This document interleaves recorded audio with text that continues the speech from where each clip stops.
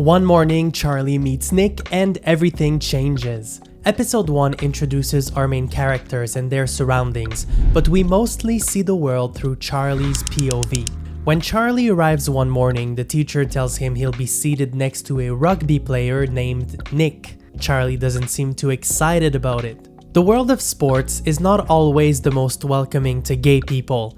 This is a theme in the first episode. Perhaps Charlie thinks he won't get along with a rugby player, but when they sit next to each other, there is immediate chemistry between the two. And quickly, they start saying hi in the corridor and walking to class together. But when Charlie's friend Tao learns of his crush on Nick, he wonders what the two have in common. Charlie is an outcast and Nick is a star player on the rugby team who hangs out with Charlie's bullies. To Tao, Nick and Charlie seem incompatible. They come from widely different worlds. After seeing Charlie run, Nick says he should join the rugby team. Charlie accepts.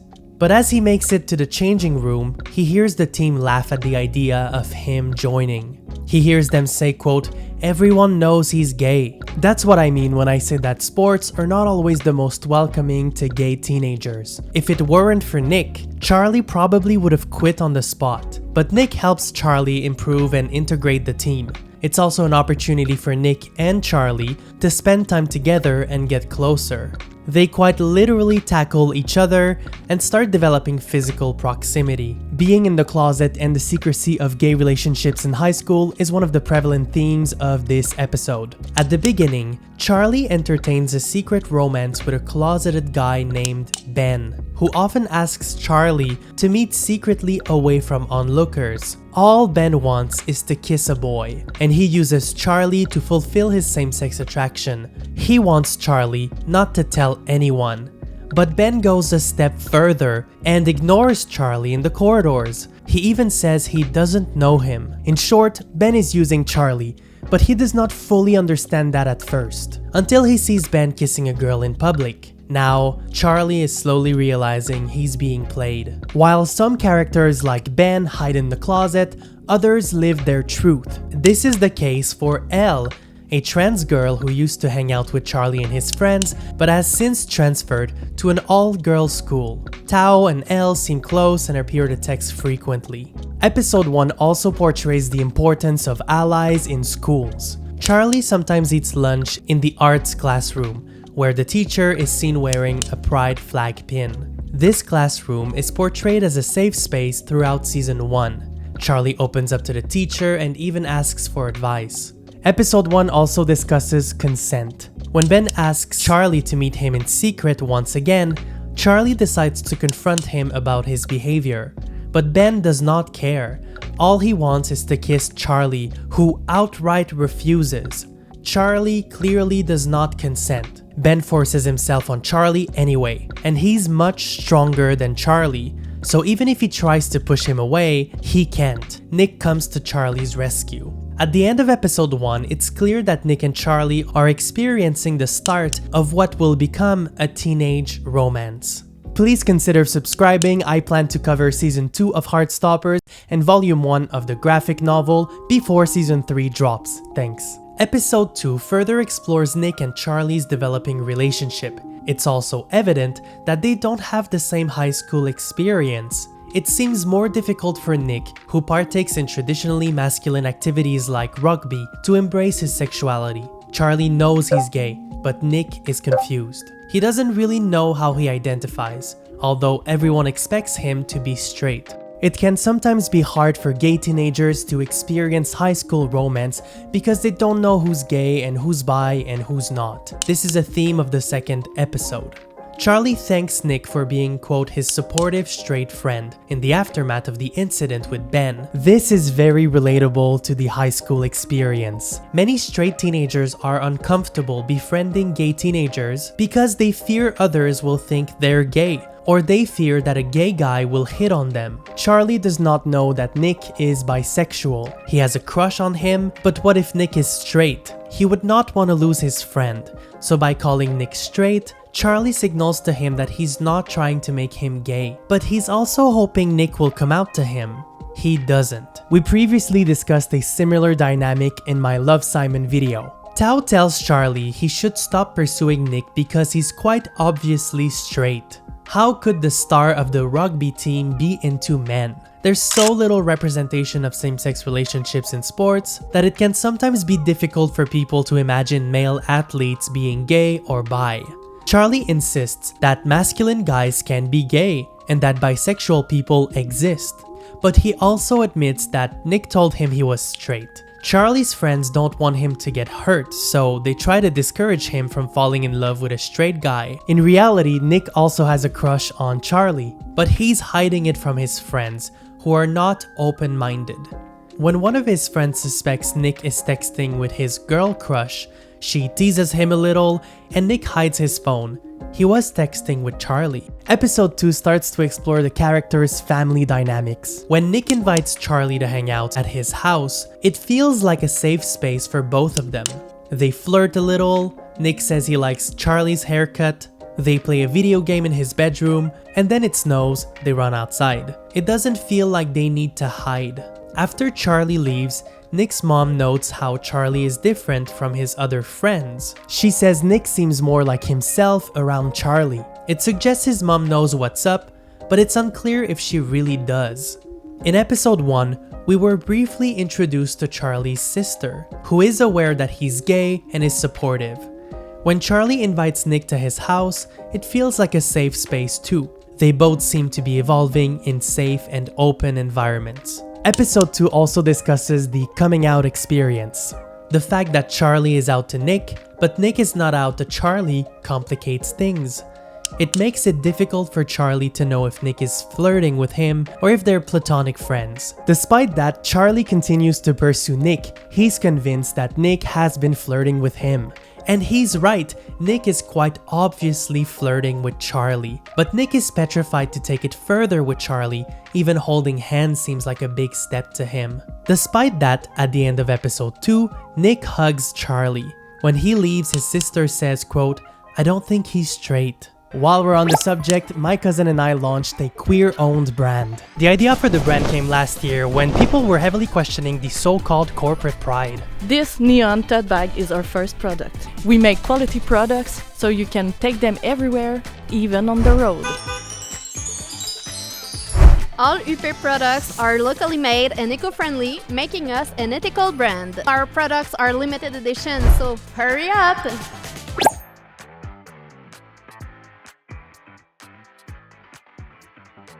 Episode 3 opens with Nick doing some research on Google. He's questioning his sexuality, which is a prevalent theme of episode 3. In doing his research, he stumbles upon helpful content, but also hateful anti-LGBTQ+ websites pertaining to conversion therapies. Side note about conversion therapies. Since 2021, conversion therapies have been banned in England, where this series takes place. Here in Canada, we banned conversion therapies in 2022. And in the US, where most of my audience lives, conversion therapies are only banned in some states. Nick also reads blog posts about opposition to LGBTQ+ rights. It's all overwhelming. And this state of mind is reflected in his behavior at school. He looks perplexed, sad, and confused. If you're going through a similar period of questioning in your life, you might identify with Nick. It's completely normal to feel that way. In this episode, Nick is invited to a party at his friend's Harry. Harry tasks him to invite cool people. Nick's status as a star rugby player pressures him to meet certain expectations regarding social cliques in high school, which is another theme of this episode. When Nick invites Charlie to Harry's party, he goes against these expectations. Charlie is not part of the popular clique. He and his friends are outcasts. Charlie says he doesn't feel like he would belong at Harry's party, but Nick insists he wants to go with Charlie.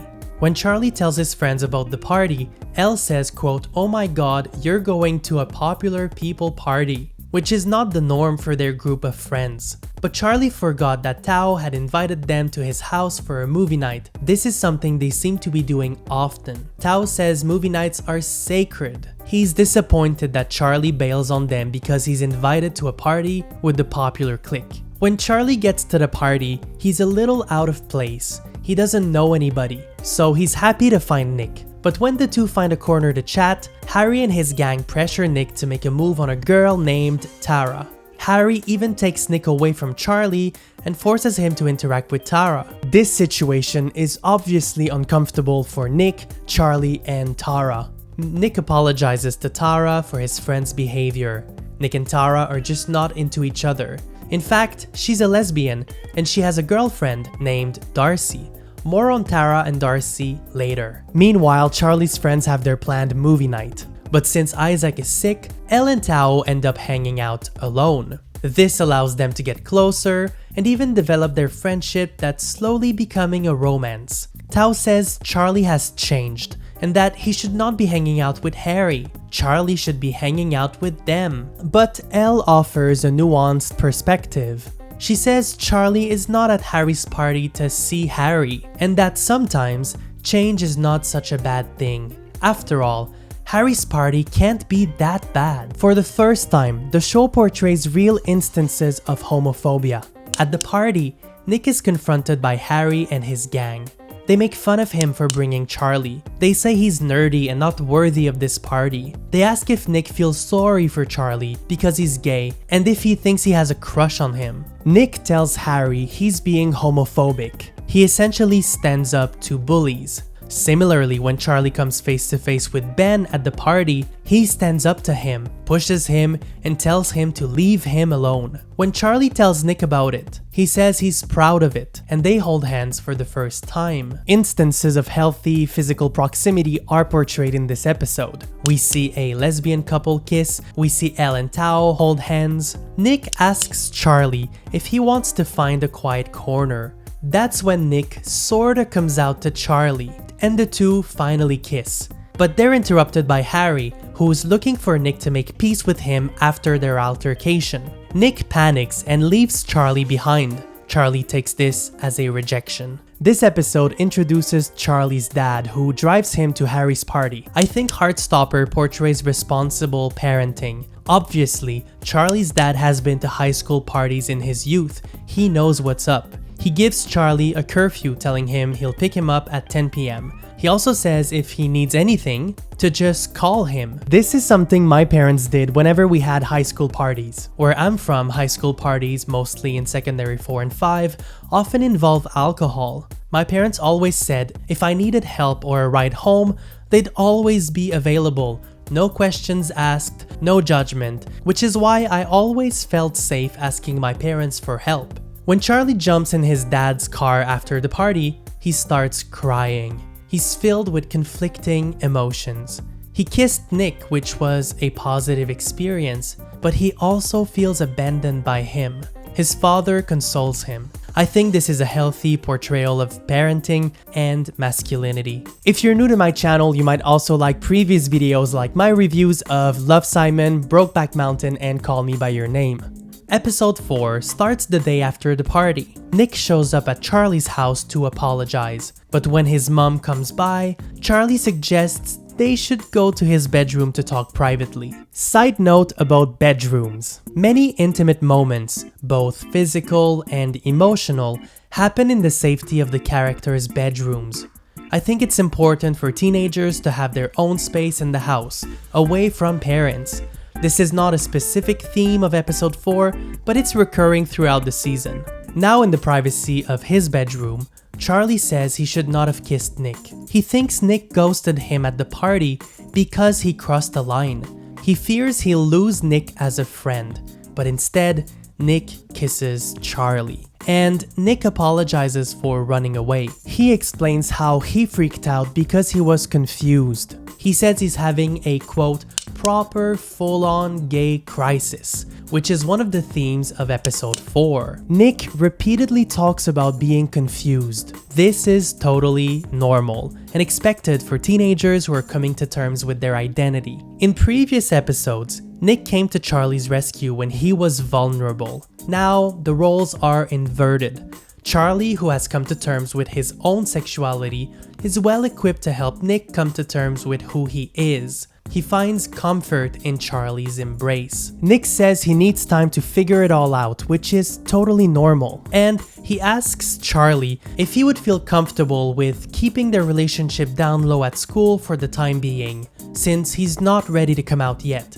Charlie says it's fine. There's an interesting parallel to draw with Charlie's previous secret encounters with Ben. Charlie would meet with Ben in secret, at Ben's pleasure, to satisfy Ben's same-sex attraction. This time, Nick and Charlie have real feelings for each other. Nick asked for Charlie's consent to keep their relationship a secret because he needs time to figure it out at school, and Charlie agrees because he cares for Nick's well-being. But still, it pushes Charlie back into the closet. Charlie gives Nick an umbrella, which I interpret as a symbolic act, as though Charlie provides cover for Nick while he figures himself out. He then braves the rain to kiss Nick one last time before he heads home. It's all very wholesome. The next day, Nick and Charlie are high on love. They're all smiles at school. And even Nick's friend notices that something has changed, but she doesn't quite know what. We're seeing the early stages of love, which is a theme in this episode. Everything feels lighter, it's a euphoric feeling. They're even giggly when they sit next to each other. They meet in the art class during lunch break and hold hands. This means that Charlie is not eating lunch with his usual friends. Tao is not happy about it, but Isaac says it's normal because Nick and Charlie are in their honeymoon phase. But still, Tao says it's a bad idea for Charlie to entertain the idea that he can date a rugby player. To him, they're bullies. This resentment culminates in an altercation between Nick and Tao. When Harry throws the ball at Tao to humiliate him, Nick apologizes on behalf of the boys and asks for the ball back. Tao refuses and hits Nick with the ball instead. Obviously, this puts Nick in a bad position.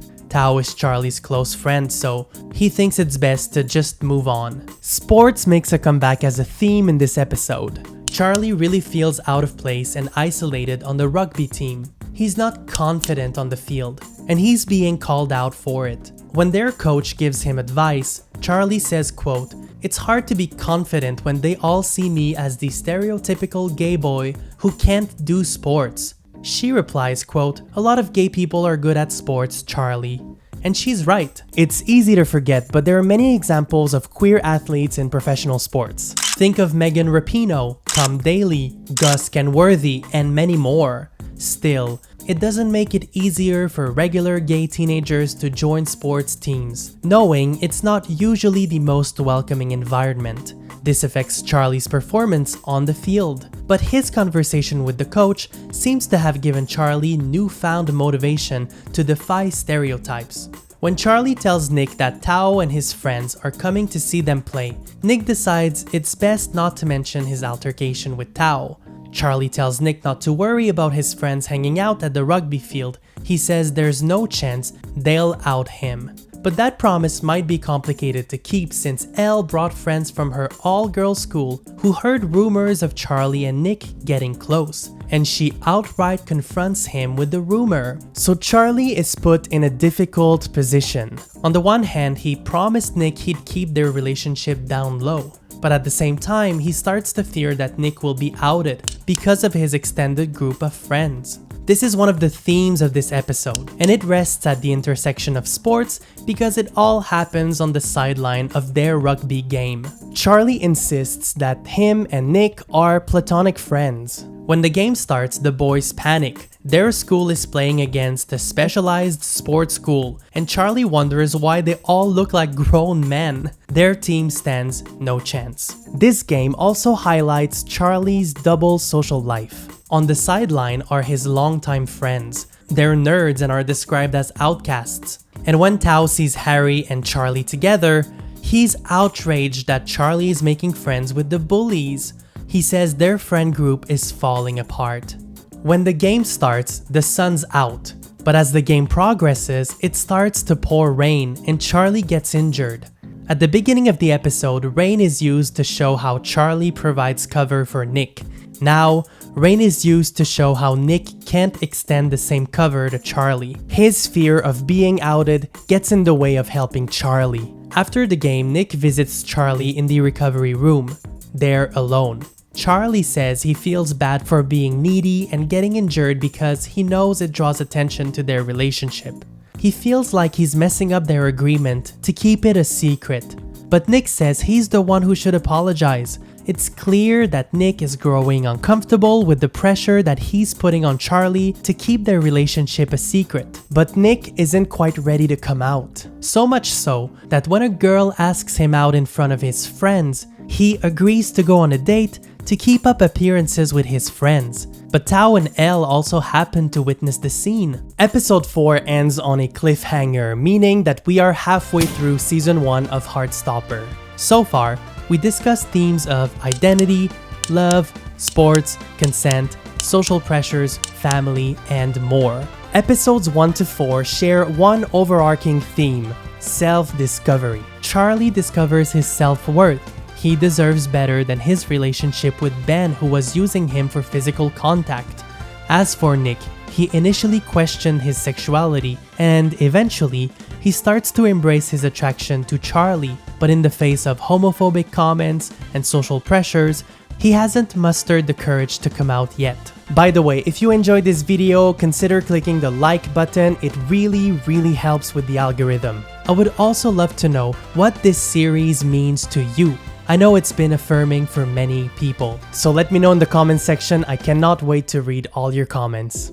Episode 5 starts at a crossroads. Charlie and Nick are in the early stages of their relationship, but it's not explicitly official. Nick wants Charlie to keep it a secret because he's not ready to come out to his friends, who are not very open-minded.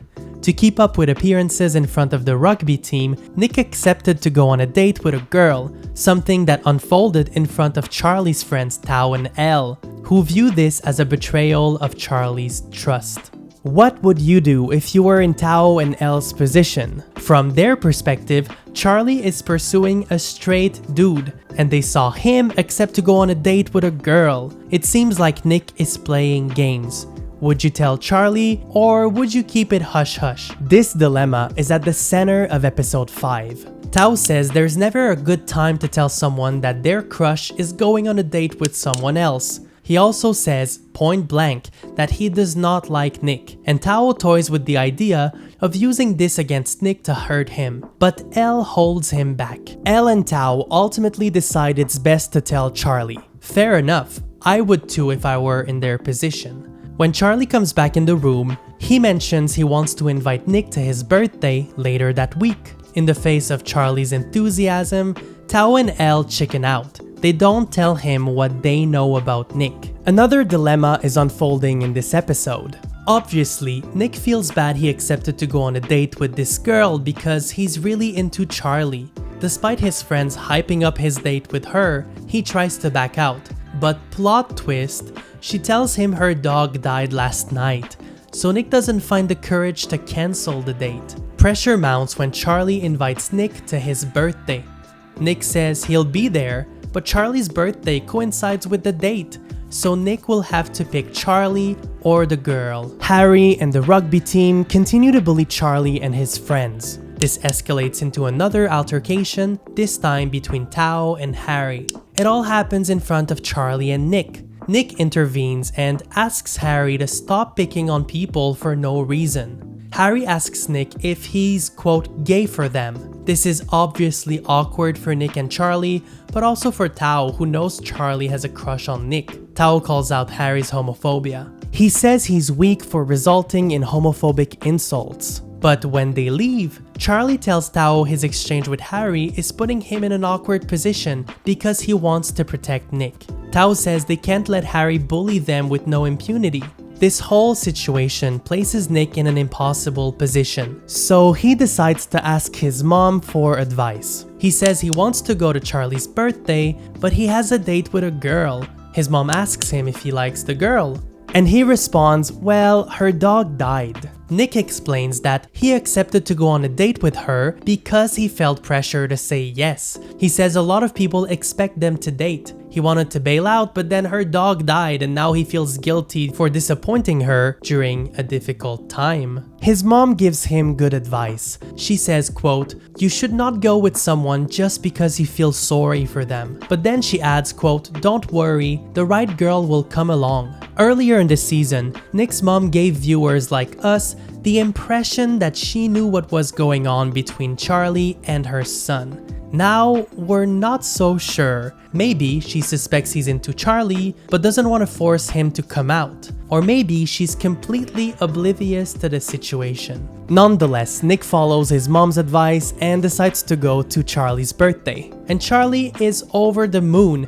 This is the first time that Charlie formally introduces Nick to his friends. Introducing your date to your friends is an important step in any relationship, but in this case, it might spell danger since Tao and Elle know something Charlie ignores. Side note, Isaac is seen holding a book in almost every episode, including at Charlie's birthday party. This sparked enough interest from the audience that Netflix published a whole blog post about the books he's reading. In episode 1, Isaac is reading Dune Messiah by Frank Herbert, which is the last book Denis Villeneuve will adapt in his Dune trilogy. I think this is so cool because I'm obsessed with Dune.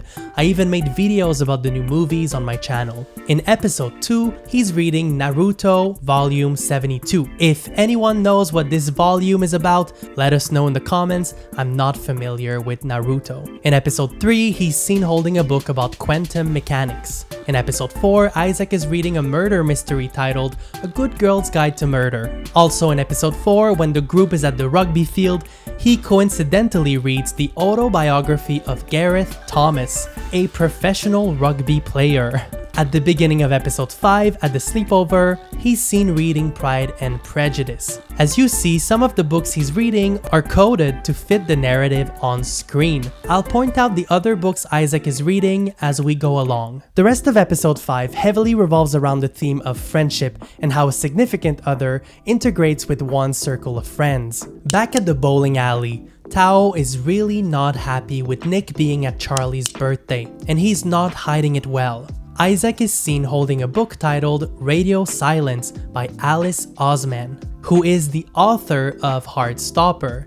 This clearly alludes to Tao and Elle's silence about Nick's date. But this silence is about to be broken. When Charlie goes to the bathroom, Tao decides to follow him and tell him about Nick's date. I think Tao is justified in telling Charlie, "As a friend I would too," but obviously he should have done so way before his birthday. This would have allowed for all the confusion to be resolved. In doing so, Tao unnecessarily stirs the pot at Charlie's party. After all, Nick is here and not on his date. But it doesn't seem to affect Charlie's feelings for Nick. Later in the evening, Nick makes an effort to go talk with Tao, which is a testimony to his good nature. Tao tells Nick he doesn't know if he's playing with Charlie's feelings or if he's for real. Nick concludes by telling Tao, quote, "You're right. It was a short conversation, but Nick is convinced that Tao means well for Charlie." Side note, throughout season 1, Nick had ample opportunity to escalate conflict with others, either physically or verbally, but he never chose to,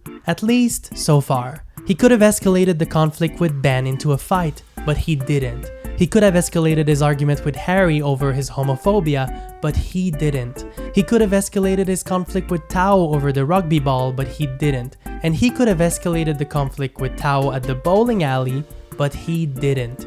It's a testimony to Nick's nature.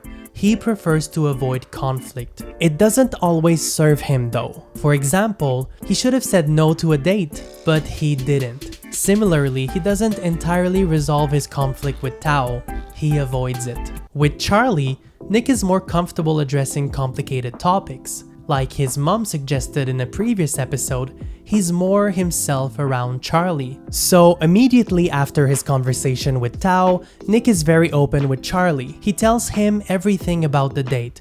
He says he felt pressure to say yes in front of all of his friends. And then her dog died, he says, which prompts Charlie to smile. Charlie says it's fine and it's not like they're officially dating or anything. Nick seems taken aback by Charlie's response. But for now, the conflict is resolved. Nick gifts Charlie a framed picture of the two of them and tells Charlie he really likes him. Charlie says he'd like to kiss Nick now. It's implied that they can't kiss now because they're in a public space, and Charlie knows Nick wants to keep their relationship a secret. But Nick says he wants to kiss anyway. After they kiss, the two look around hoping they were not caught. It's an indication that Nick is slowly getting comfortable with the idea of coming out, but he's still petrified of what others will think of him. In parallel to this main plotline, Elle and Tao are growing closer every episode. The next day, Nick meets with the girl he was supposed to go on a date with and apologizes for bailing on her. He explains that he's just not into her like that, and she understands what he means. He also says he's not sure he still belongs with their group of friends. After spending an evening with Charlie's open-minded friends, he wonders if he'll find the same acceptance within his own circle of friends once he comes out. He says his friends are only doing things because everyone else is.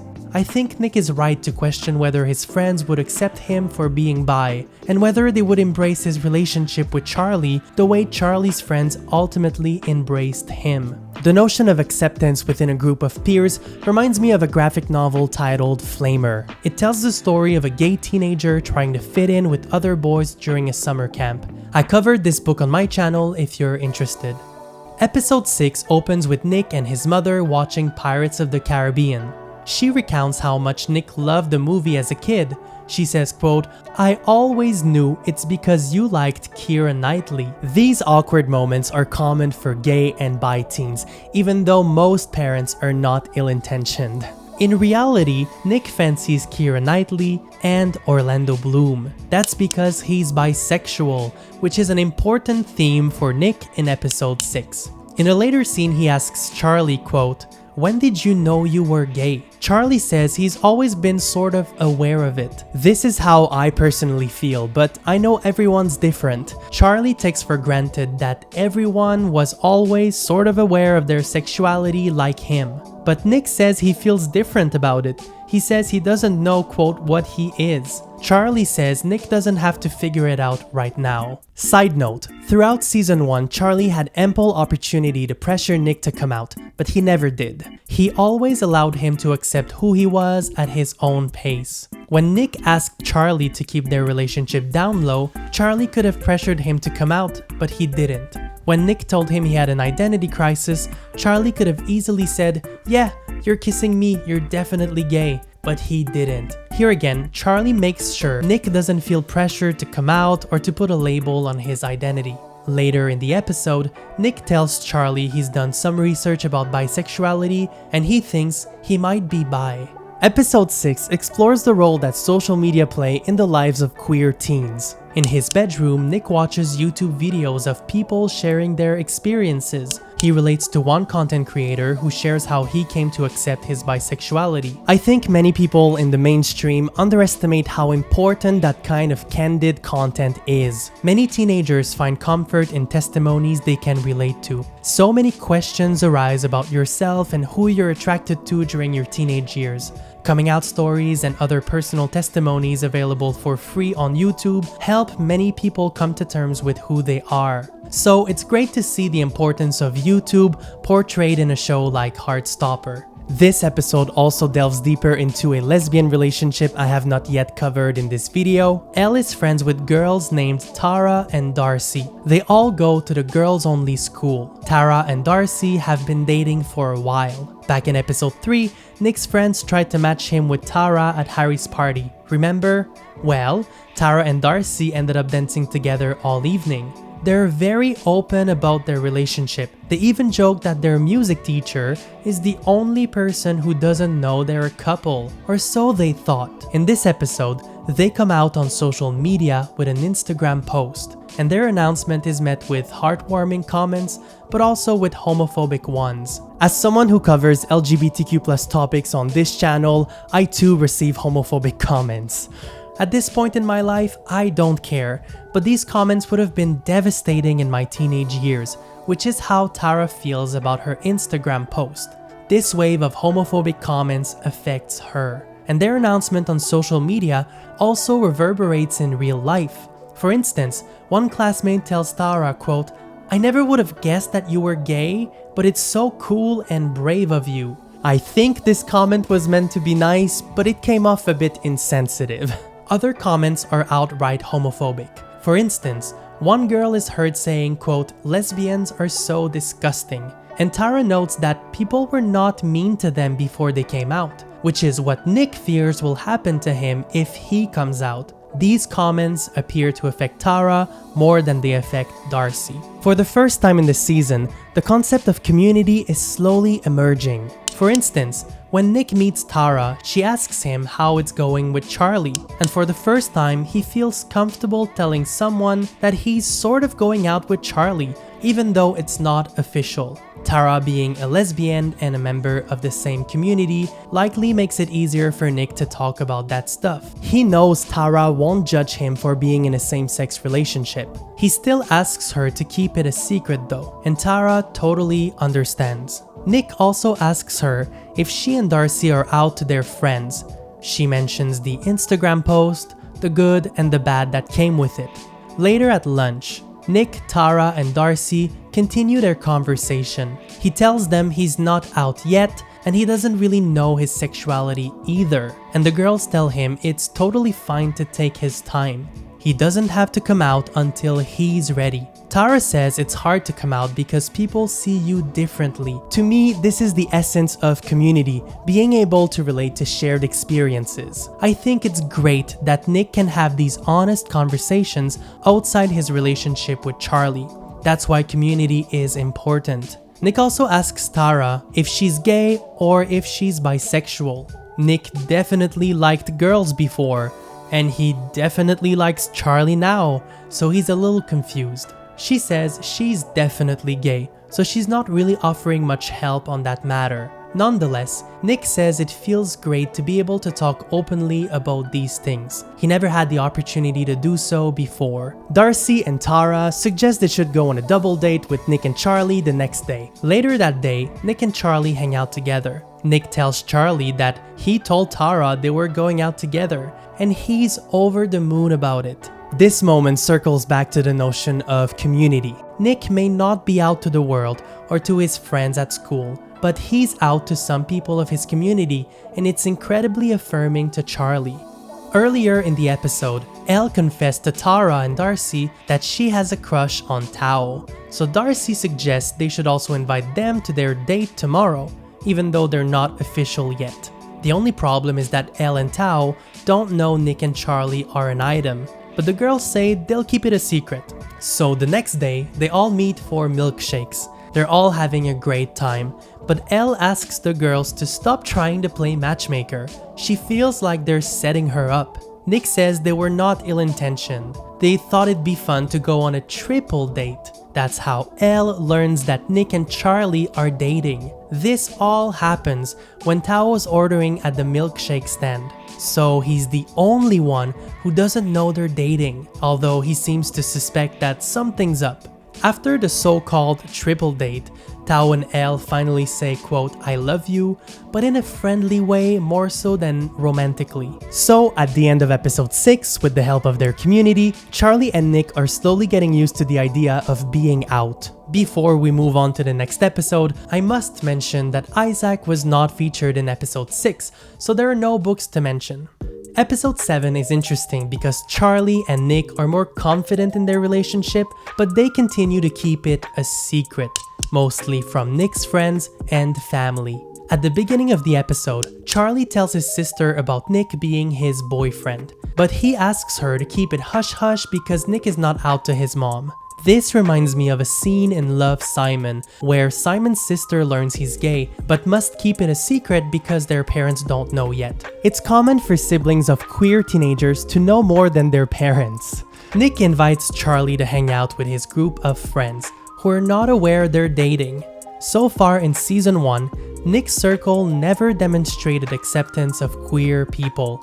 In fact, many spew homophobic comments at school or at parties in previous episodes. Charlie's father isn't aware of all the details, but he worries his son might be hanging out with the wrong people. Before dropping off Charlie, he says, quote, "If any of those boys say anything or does anything nasty, you just call me, okay?" Charlie says it'll be fine because Nick is there, but since Nick is not out to his friends, he's not in the best position to defend Charlie from their bullying. This episode is titled Bullying, which is also the most prevalent theme of episode 7. As soon as they arrive at the movie theater, Harry starts bullying Charlie. Even Ben partakes in the bullying, despite being very much into men himself. This is very common, by the way. The worst bullies are often closeted gay men with internalized homophobia. During the movie, the two hold hands in secret. When the movie ends, Harry puts Charlie on the spot. He says, quote, "What's it like being gay?" Everyone laughs, so Harry continues humiliating Charlie in front of everyone. He doubles down, quote, "What about Nick? Do you think he's hot?" To protect Nick's secret, Charlie says Nick is not his type. This hurts Nick's feelings. Nick pushes Harry away from Charlie, who leaves the cinema. Nick feels sorry. He says hanging out with his friends was not a good idea. But Charlie says he's used to being bullied. Now alone in the parking lot, Charlie is ambushed by Ben, who asks him if he's dating Nick. He saw them hold hands in the cinema. Charlie denies it, but Ben is angry.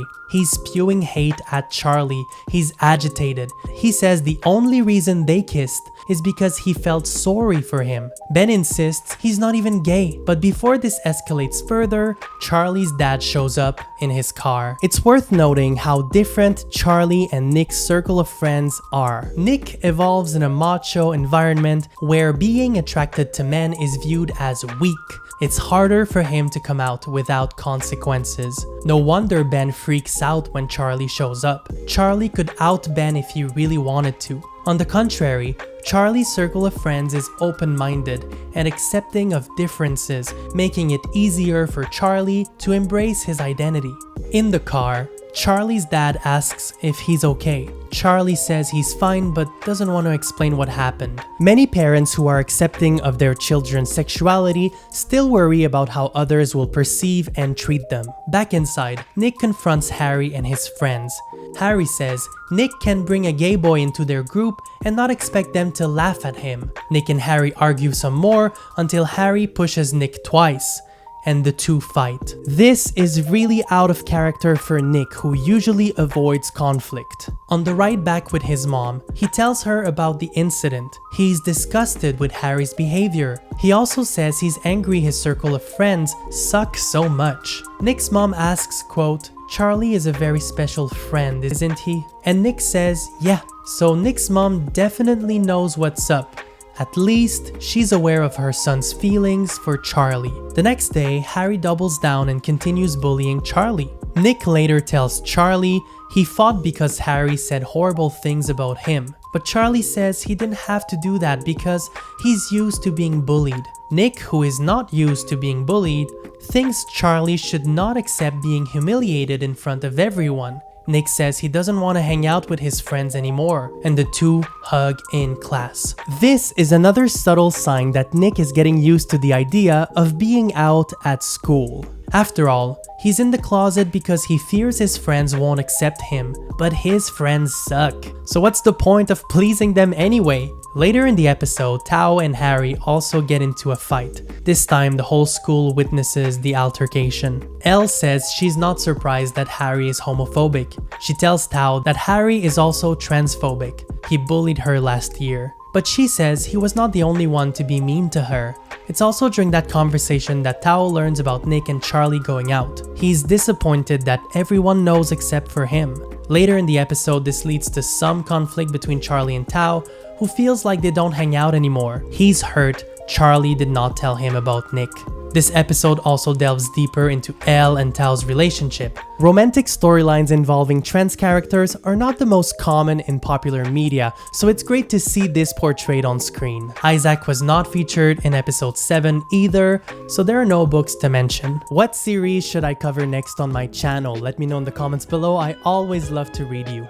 Episode 8 marks the return of Isaac, who is seen reading Gender Explorers Are Stories of Growing Up Trans and Changing the World by Juno Roche. This book is a collection of interviews with young trans people. This book is a great fit for the last episode of Season 1 because Season 2 delves deeper into the topic of trans identity. Episode 8, being the last of the season, has a few storylines to resolve, and since it broadly explores similar themes to previous episodes, I decided to break this one down by storylines, and as you'll see, all these storylines will collide. The first storyline I want to explore is the conflict between Tao and Charlie. At the beginning of the episode, Charlie texts Tao in an attempt to reconcile. Charlie even attempts to talk to Tao at school, but Isaac interrupts, quote, "He says he doesn't want to talk to you." But Charlie tries again. Friday is the school's sports day, so Charlie says they could participate in the javelin event together, like last year. Tao coldly replies, quote, "You're on the rugby team." And apparently, the rugby team plays a rugby match on sports day. This is a reminder that from Tao's perspective, everything changed since last year. And I understand where he's coming from. Last year, Charlie, Isaac, Elle, and Tao were all hanging out together. But this year, Elle changed school, Charlie always hangs out with Nick, and Isaac is often on library duty or busy reading a book. Plus, Tao isn't the most popular kid in school, he's an outcast. So from his perspective, he's lonelier than ever. This storyline collides with the next storyline involving Charlie and Nick.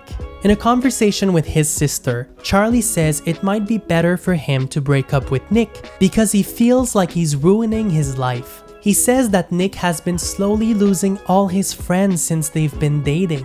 Charlie is in a pretty dark place. He says it might be better if he did not exist. His sister hugs him and says he's not ruining her life. I think many queer teenagers will identify with this moment. It's so incredibly difficult to navigate high school as a queer teen.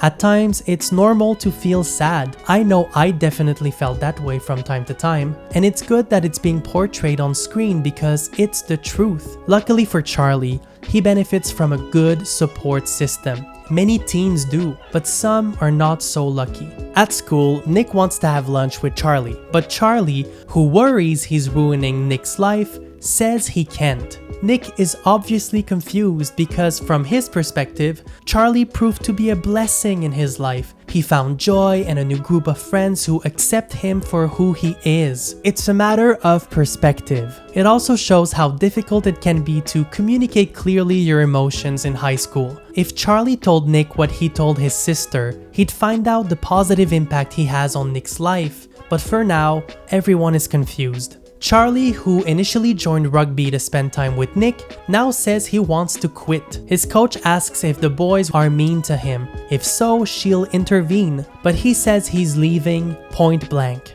Confused with Charlie's behavior, Nick decides to speak to Tao to figure out what's happening. Tao says he's pissed with Charlie. He says he was always worried about Charlie joining the rugby team because he knew Nick's friends would bully him. He's also mad that Charlie did not tell him about dating Nick. When Tao asks Nick why Charlie is avoiding him, Nick thinks Charlie might be mad at him for not wanting to come out. Tao says Charlie is probably afraid of being a nuisance in Nick's life. Tao helps Nick understand Charlie. This is an interesting conversation. It shows that people are trying to figure out each other at the beginning of a new relationship, and there's always a period of time when your longtime friends know you better than your significant other. That's what's happening here. Tao knows exactly why Charlie is avoiding Nick, even if they don't talk now. Nick texts Charlie, but he's left on red. So when sports day arrive, none of these conflicts are resolved. Tao still avoids Charlie, Charlie still avoids Nick, and Nick is still confused. When Elle shows up for sports day, Tao's over the moon. He says it's like the old times. This is where Isaac is seen reading his last book of the season. There is no Planet B, a handbook for the make or break years by Mike Berners-Lee. It's a book on climate change. Tao freaks out when he's forced to partake in a 200-meter run. That's when Charlie comes to the rescue and offers him to take his place. Charlie apologizes for everything. Tao apologizes too. And like that, the Tao and Charlie storyline is resolved. Another storyline is resolved at that moment because Charlie ends up racing against Ben. Before the race, Ben tells Charlie, quote, "Are you obsessed with me or something?" Charlie beats Ben at the race, which officially makes him a loser. It also ties in nicely with what Charlie's coach said about gay people being good at sports like anybody else. After the race, Charlie confronts Ben. He says, quote, "You don't get to have an opinion about anything I do." Ben threatens Charlie to tell everyone about his relationship with Nick. Charlie says, quote, "Well, do you want me to go around telling people about me and you?" In that moment, Charlie holds so much power over Ben because he's out and Ben is not. Who cares if people know he kissed Ben? Well, Ben cares. And like that, this storyline is also resolved. There's one storyline that does not get a clear resolution. I'm talking about the relationship between Tao and Elle. Throughout the season, there was a spark between the two, but it was a slow burn. After Charlie's race, Tao and Elle find a quiet room. They hold hands a little and almost kiss. So hopefully their relationship will evolve in season 2 because they're definitely into each other. On the field, Nick is disappointed that Charlie did not show up for rugby. He's looking for him but can't find him. When he sees Charlie in the crowd, Nick abandons the match and runs for him. In front of the whole school, they hold hands and leave together. Nick says he doesn't want to break up. He tells Charlie his life is better because he met him. He says he doesn't care if his friends don't like him anymore. It's worth being with him because he's caring and kind. Nick says Charlie is his favorite person. Charlie says, quote, "I believe you." The two share a long, passionate kiss. And later, they agree the next step is to come out to everyone. Nick starts by coming out to his mom, who is very supportive. And like that, Nick and Charlie's storyline is resolved in time for season 2. I'm currently working on editing my retrospective of the second season of Heartstopper, so make sure to subscribe for that. It's coming very soon.